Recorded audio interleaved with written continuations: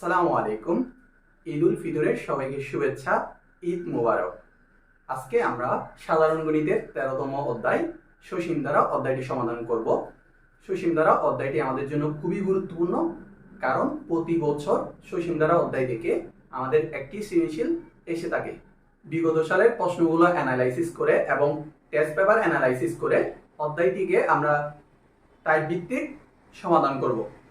তো চলো শুরু করা যাক আজকের ক্লাসটি।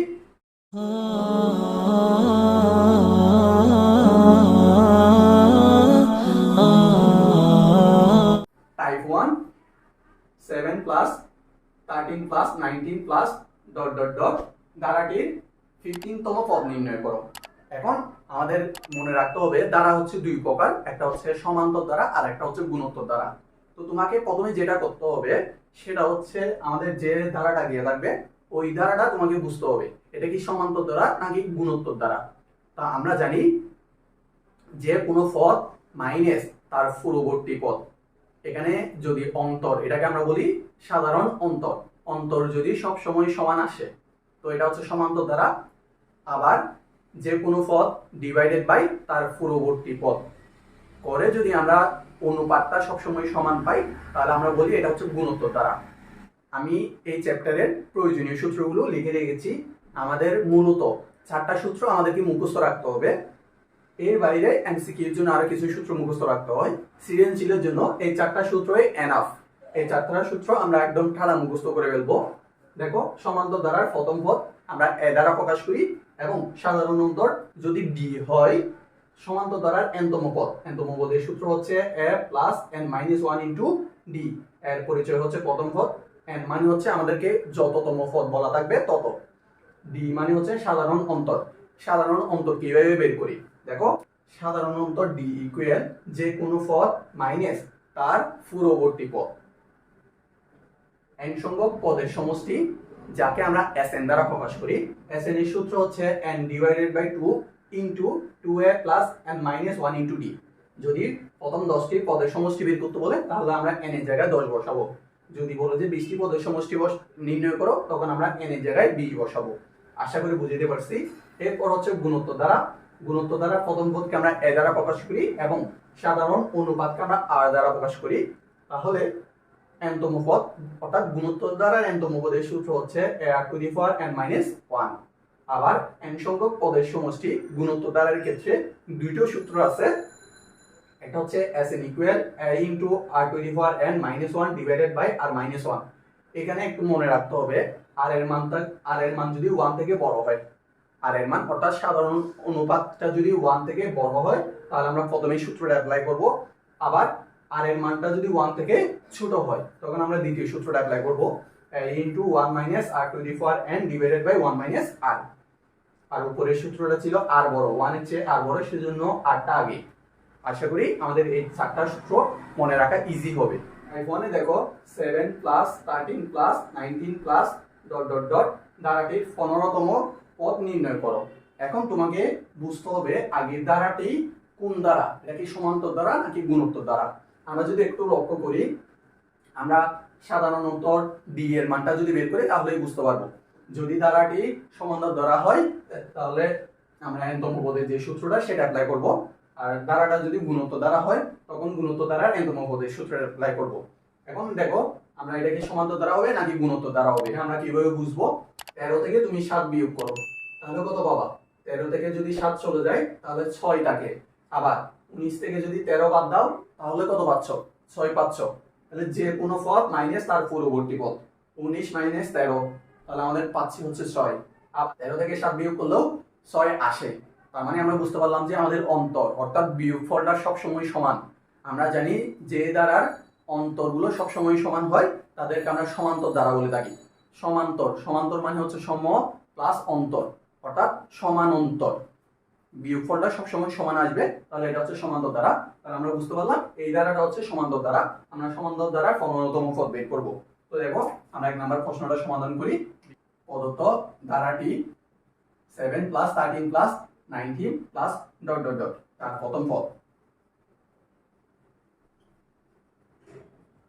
পদকে আমরা এ দ্বারা প্রকাশ করি। প্রথম পদ a equal to 7, সাধারণ অন্তরকে আমরা ডি দ্বারা প্রকাশ করি। ডি কিভাবে বের করি? যে আমি লিখে রাখছি যে কোনো পদ মাইনাস তার পূর্ববর্তী পদ।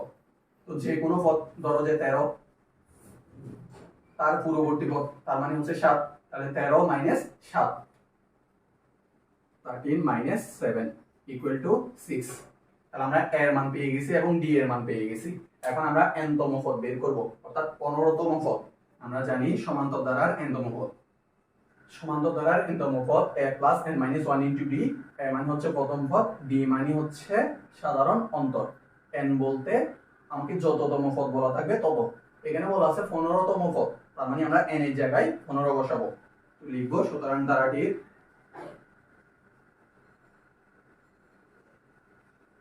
15 তম পদ ইকুয়াল, আমি এর জায়গায় এর মান বসাবো, n এর জায়গায় n এর মান বসাবো, d এর জায়গায় d এর মান বসাবো। এর মান হচ্ছে 7 প্লাস n এর জায়গায় কত বসাবো? 15 মাইনাস 1 আছে মাইনাস 1, d এর জায়গায় বসাবো 6। এর জায়গায় এর মান বসিয়েছি, n এর জায়গায় n এর মান, d এর জায়গায় d এর মান বসাই দিলাম আমরা। তাহলে আমরা পাচ্ছি 15 মাইনাস 1 তার মানে হচ্ছে 14। 14 এর সাথে আমাদের 6 গুণ আকার আছে, তো আমরা পাচ্ছি হচ্ছে 7 প্লাস 14 গুণ 6। 14 এর সাথে যদি আমরা 6 গুণ করি তাহলে পাবো 84। 84 এর সাথে আমরা 7 যোগ করব, 84 প্লাস 7, তখন আমরা পাচ্ছি 91।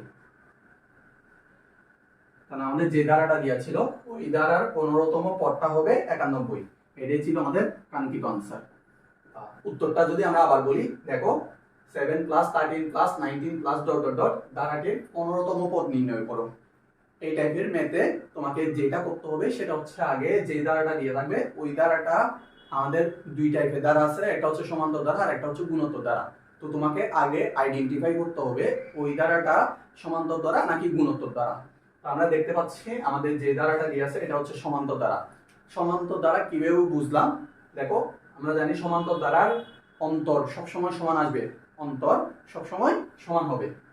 দ্বিতীয় পদ মাইনাস প্রথম পদ অথবা তৃতীয় পদ মাইনাস দ্বিতীয় পদ। যদি সবসময় বিয়োগফলটা সবসময় যদি সমান আসে তাহলে এটা হচ্ছে সমান্তর ধারা। আমরা যদি একটু লক্ষ্য করি, দ্বিতীয় পদ হচ্ছে 13, প্রথম পদ হচ্ছে 7। তাহলে 13 থেকে যদি তুমি 7 বিয়োগ করো তাহলে পাবা হচ্ছে 6। আবার তৃতীয় পদ মাইনাস দ্বিতীয় পদ, অর্থাৎ 19 থেকে তুমি 13 বিয়োগ করো তাও কত পাচ্ছ? 6 পাচ্ছ। অর্থাৎ বিয়োগফলটা সবসময় সমান আসছে। তো বিয়োগফল যদি সবসময় সমান আসে এটা হচ্ছে সমান্তর ধারা। ওকে, সমান্তর ধারার 15 তম পদ বের করতে বললো। দেখো আমরা ধারাটা তুললাম, যার প্রথম পদকে আমরা a দ্বারা প্রকাশ করি, তাহলে a ইকুয়াল টু 7। সাধারণ অন্তর, সাধারণ অন্তরকে আমরা d দ্বারা প্রকাশ করি। d কিভাবে বের করব? সেটা হচ্ছে যে কোনো পদ মাইনাস তার পূর্ববর্তী পদ। তাহলে যে কোনো পদ আমরা ধরলাম হচ্ছে 13, তার পূর্ববর্তী পদ এটা হচ্ছে 7। তাহলে 13 মাইনাস 7 তাহলে কত থাকে? 6 থাকে। তাহলে আমরা a এর মান জানি এবং হচ্ছে d এর মান পেয়ে গেছি।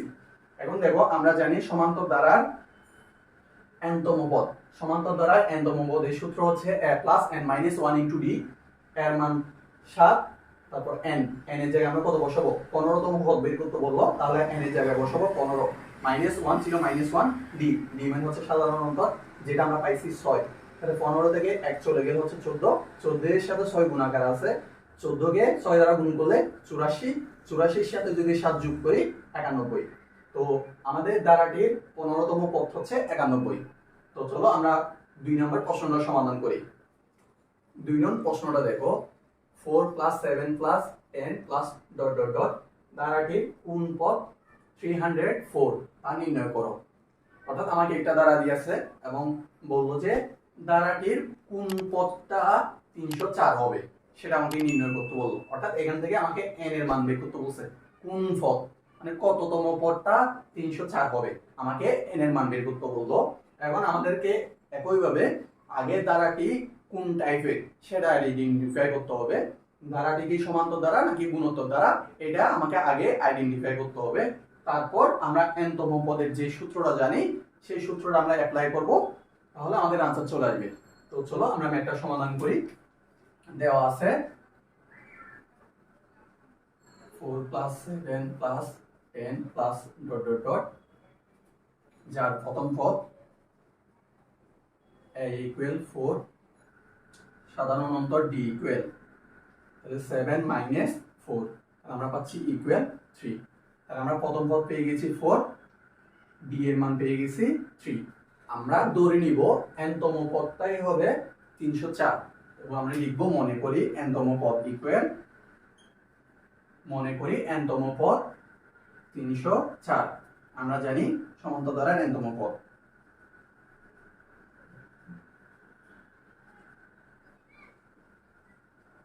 সমান্তর দ্বারার n তম পদ equal a plus n minus 1 into D. দেখো তাহলে আমরা লিখলাম মনে করি n তম পদ 304। আবার আমরা n তম পদের সূত্র জানি a plus n minus 1 into D. তাহলে দেখো প্রশ্ন মতে a plus n minus 1 into D equal 304। তো এখান থেকে আমরা n এর মানটা বের করব। প্রশ্ন মতে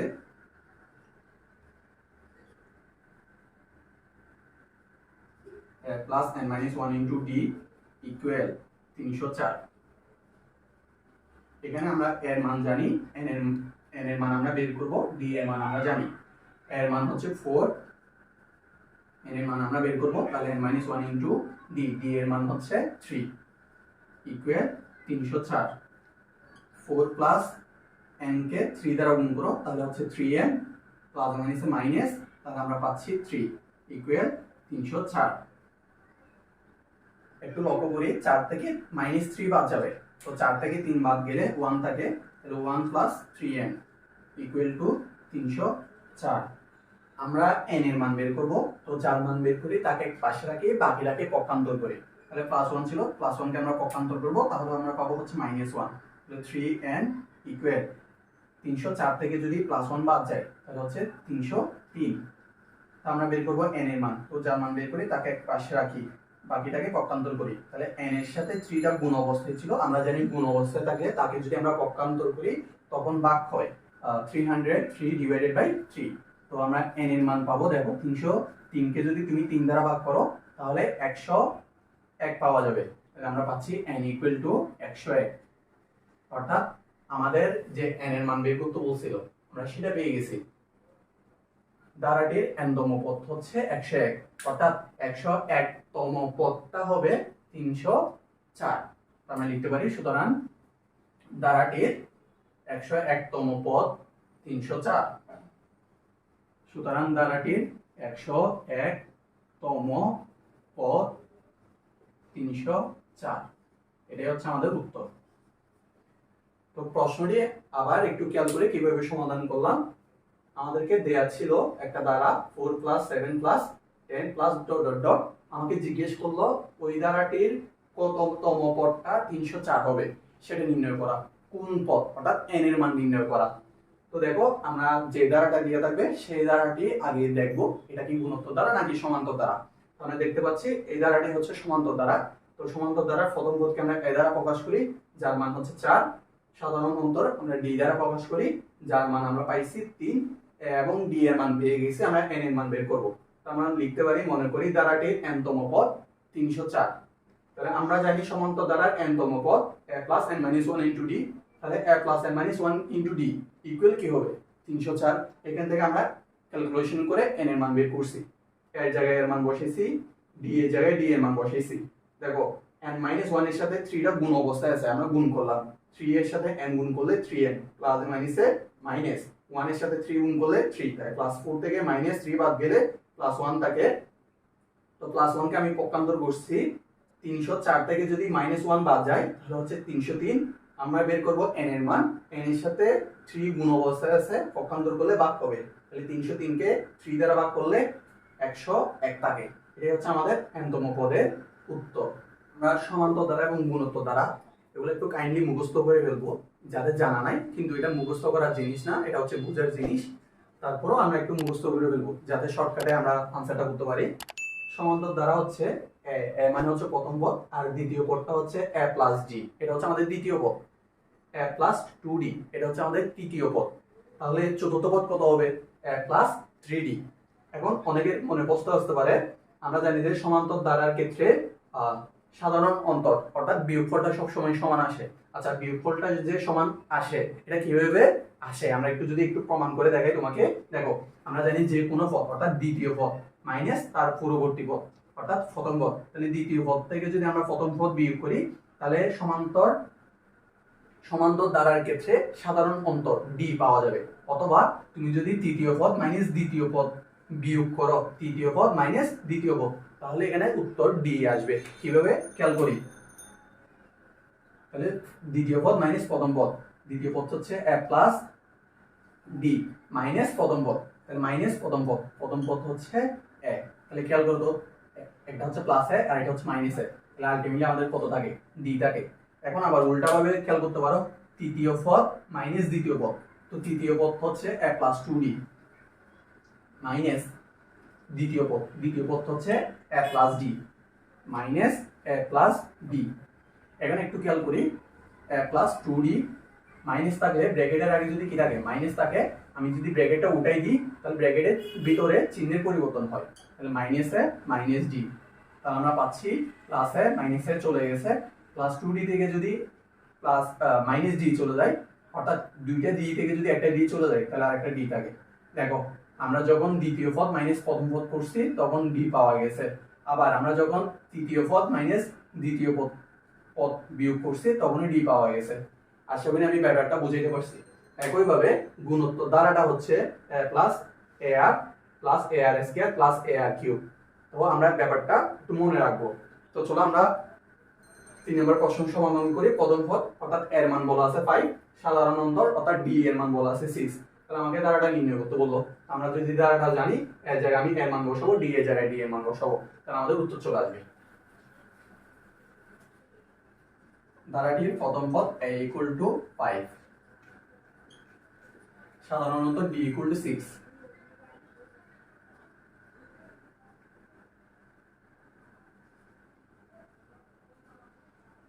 আমরা দ্বারাটি নির্ণয় করব। তো দ্বারাটির প্রথম পদ হচ্ছে a, যার মান আমাদেরকে দেয়া আছে 5, অলরেডি এর মান বলা আছে 5 পেয়ে গেছি, তার মানে আমরা দ্বিতীয় পদ বের করব। আমরা জানি দ্বিতীয় পদটা হচ্ছে a প্লাস d, সুতরাং দ্বারাটির দ্বিতীয় পদ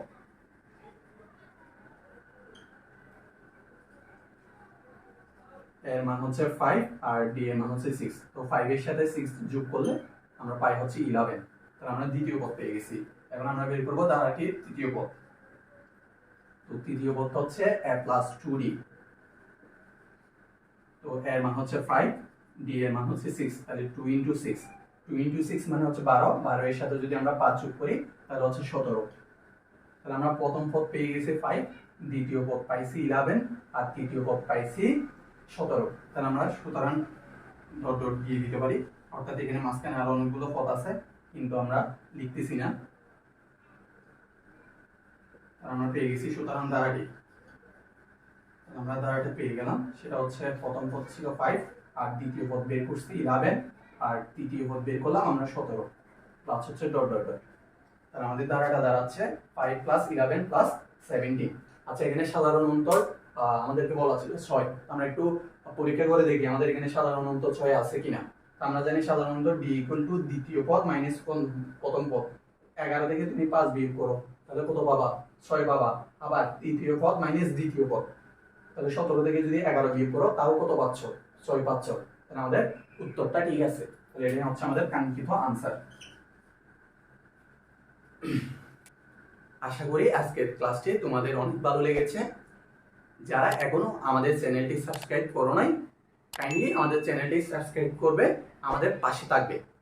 তোমাদের যে কোনো প্রশ্ন তোমরা কমেন্টে জানাইতে পারো, ফেসবুক গ্রুপে যুক্ত থাকতে পারো, ফেসবুক গ্রুপে তোমরা তোমাদের সমস্যাগুলো জানাতে পারো।